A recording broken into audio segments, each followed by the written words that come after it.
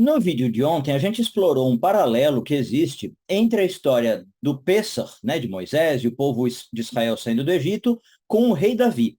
Hoje a gente vai explorar um outro paralelo entre a história do Pêssar e uma outra personagem bíblica.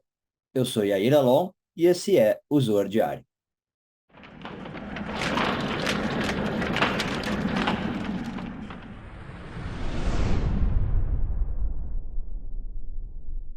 Essa semana continuamos a ler a porção de Bo, hoje focando nos parágrafos 100 e 101 do Zoar, oitavo ano de leitura. Bem, o Zohar agora vai fazer, então, como eu disse antes da vinheta, um outro paralelo entre a história do êxodo do Egito, Moisés, o povo de Israel, e uma outra personagem bíblica que aparentemente não tem nenhuma relação, né, quando a gente olha, mas aí o Zohar vai ligar essas duas personagens.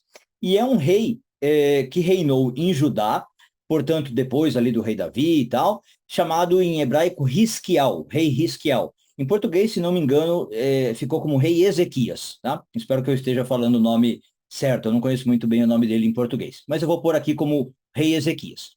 Então o vídeo de hoje eu já aviso vai ser talvez um pouquinho mais longo, porque a gente vai conhecer um pouquinho a história do Rei Ezequias, pelo menos um capítulo, né, da história dele, para entender qual é o paralelo com a história do êxodo do Egito.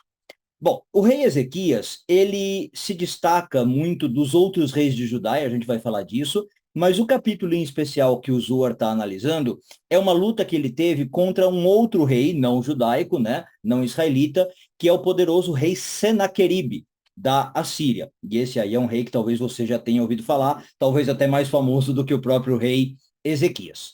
Bom, isso para quem gosta de história, nós estamos falando do período ali por volta dos anos 700 antes da Era Comum, tá? O rei Ezequias governou de 710 a 680 antes da Era Comum, mais ou menos por ali. E nesse período, a gente já tinha dois reinos em Israel, né? O reino de Judá e o reino de Israel propriamente dito. O reino de Judá estava vivendo uma época geopoliticamente muito tumultuada, em especial por conflitos internos, mas também porque externamente o reino de Judá estava ameaçado pelo Império Assírio. O Império Assírio, ele era conhecido por ser bastante expansionista, né? Por querer conquistar muito outros territórios. E na época, o líder do Império Assírio, desculpe, era o Senaqueribe, tá? Bom, quando então esse rei Hisquial, o rei Ezequias, sobe ao trono de Judá, ele está num contexto particularmente desafiador, com a Síria realmente ali, talvez no auge do seu poder, e se consolidando com essa potência, como essa potência expansionista que eu falei. E Senaqueribe estava, assim, digamos, no auge da sua autoconfiança, sabe? Com orgulho no máximo, com a soberba no máximo, se achando o dono do mundo. E, em certo sentido, ele era. Ele estava conquistando tudo, ganhando tudo, levando tudo, né? Então, ele estava extremamente autoconfiante devido às suas conquistas, e nesta época ele decide que ele quer conquistar o território de Judá, o reino de Judá, que agora, como eu falei, estava governado pelo rei Ezequias. E ele anuncia uma iminente invasão, que ele vai invadir o território de Judá. Bom, o território de Judá, como eu falei, ele estava particularmente complicado, né? Internamente já. Os reis de Judá, a história vai contar para nós, se você conhece um pouquinho da Bíblia, vai ler livros como Reis, Crônicas, Samuel, né? Todos esses livros vão contar para nós. Os reis de Judá eram bem ruins, né? Reis muito, muito ruins, péssimos líderes, e de todos os pontos de vista, tá? Eram líderes muito ruins politicamente falando e reis muito ruins espiritualmente falando. Vamos lembrar que na monarquia israelita, o rei tinha uma função muito importante religiosa também, né? E esses reis, muitas vezes, então, eram reis hereges, idólatras, não seguiam bem os mandamentos de Deus, a Torá, né? Enfim, era muito, muito complicado. E com isso, o povo estava enfraquecido, né? Espiritualmente, politicamente. Ezequias era uma exceção.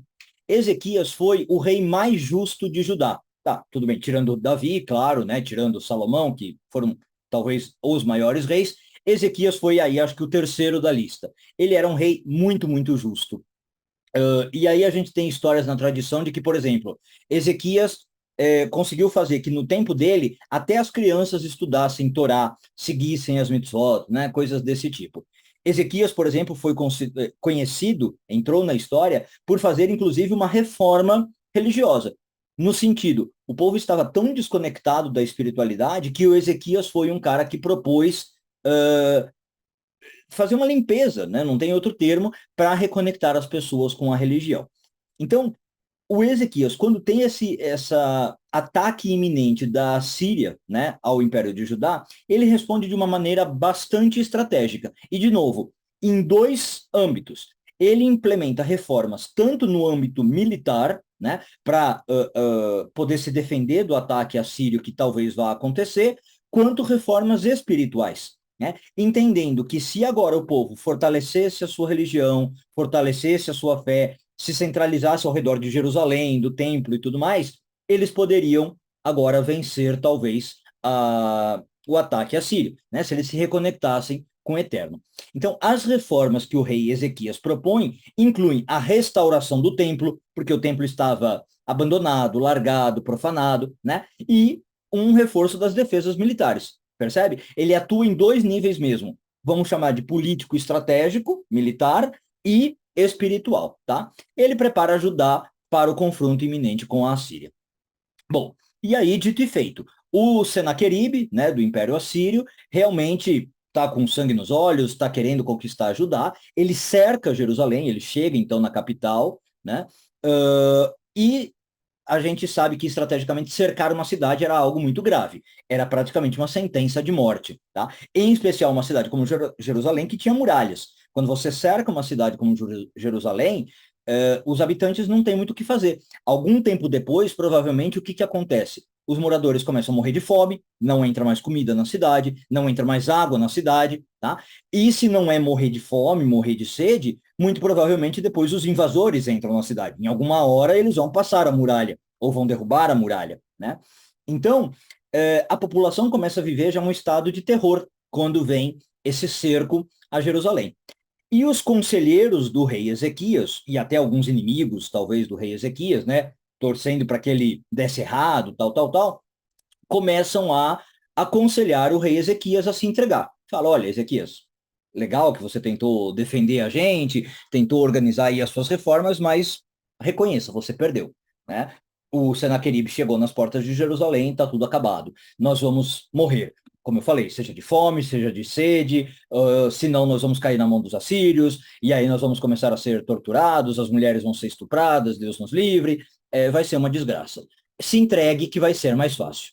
Bom, e o que, que o rei Ezequias fez como um homem que eu falei justo, confiante em Deus, que acreditava, né, que a espiritualidade poderia salvar, um homem de fé, vamos chamar assim, embora eu não goste muito dessa palavra, o Ezequias basicamente ignora todos esses conselhos, né?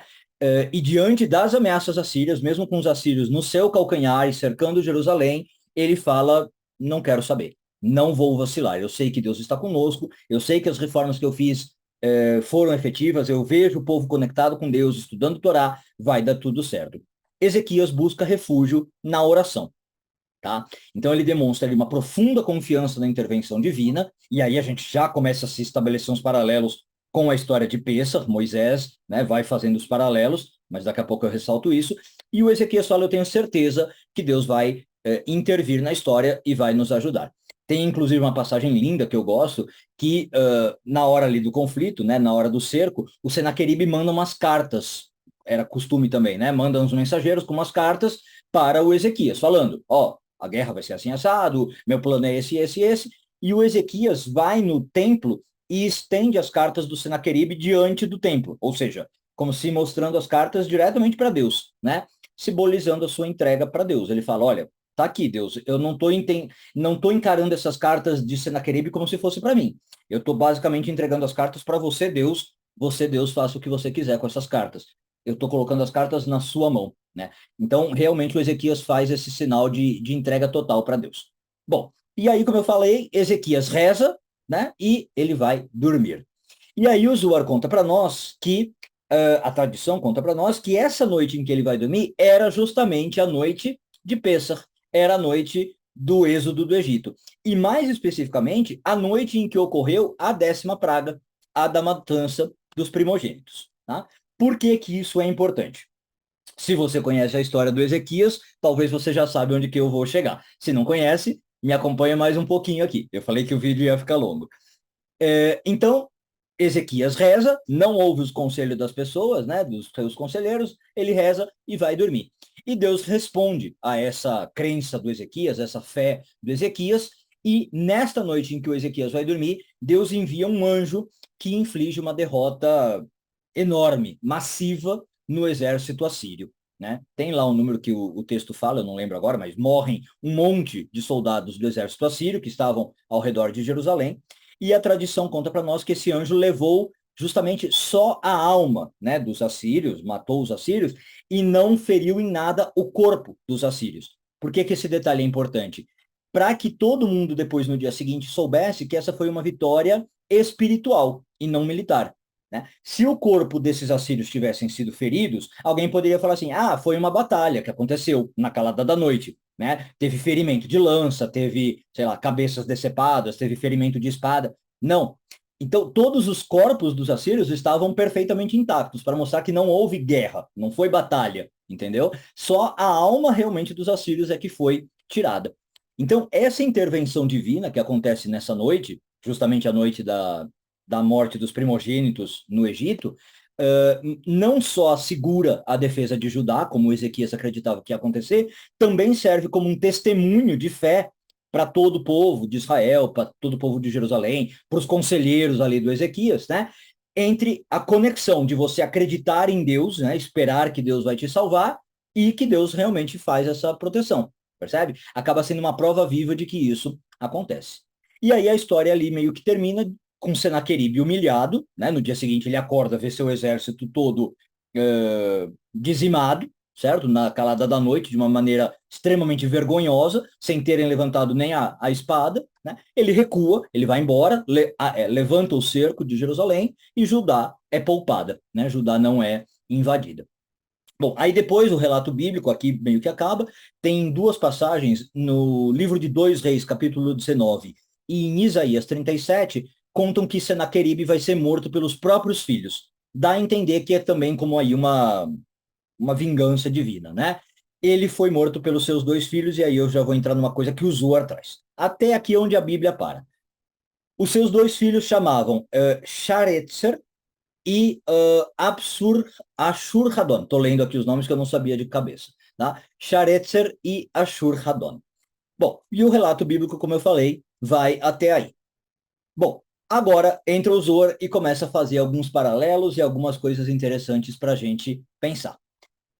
Os netos do Senaqueribe, depois conta a história, fazem uma coisa talvez muito, muito louca, muito impensadas para nós. Eles se convertem ao judaísmo. Então, olha lá, vamos só agora para pôr as coisas no eixo, né? Senaqueribe tem essa derrota, se afasta, não invade mais Judá, tá? E é morto pelos seus dois filhos. Um deles é o primogênito, o outro tá, beleza. E aí esses filhos, a gente não sabe mais o que acontece. Os netos dele, do Senaqueribe, resolvem se converter ao judaísmo. E eles viram dois grandes sábios do Talmud, que a gente chama de sábios tanaítas, né, dessa época. Um deles se chama Shamaia e o outro deles se chama Aftalion. E por que que é importante saber o nome deles? Bom, além de saber o nome, a inicial deles em hebraico, Shamaia com Shin e Aftalion com Aleph, é exatamente a mesma inicial dos nomes dos filhos do Senaqueribe. Tá? Então, como eu falei, Sharetzer e Ashur-Hadon.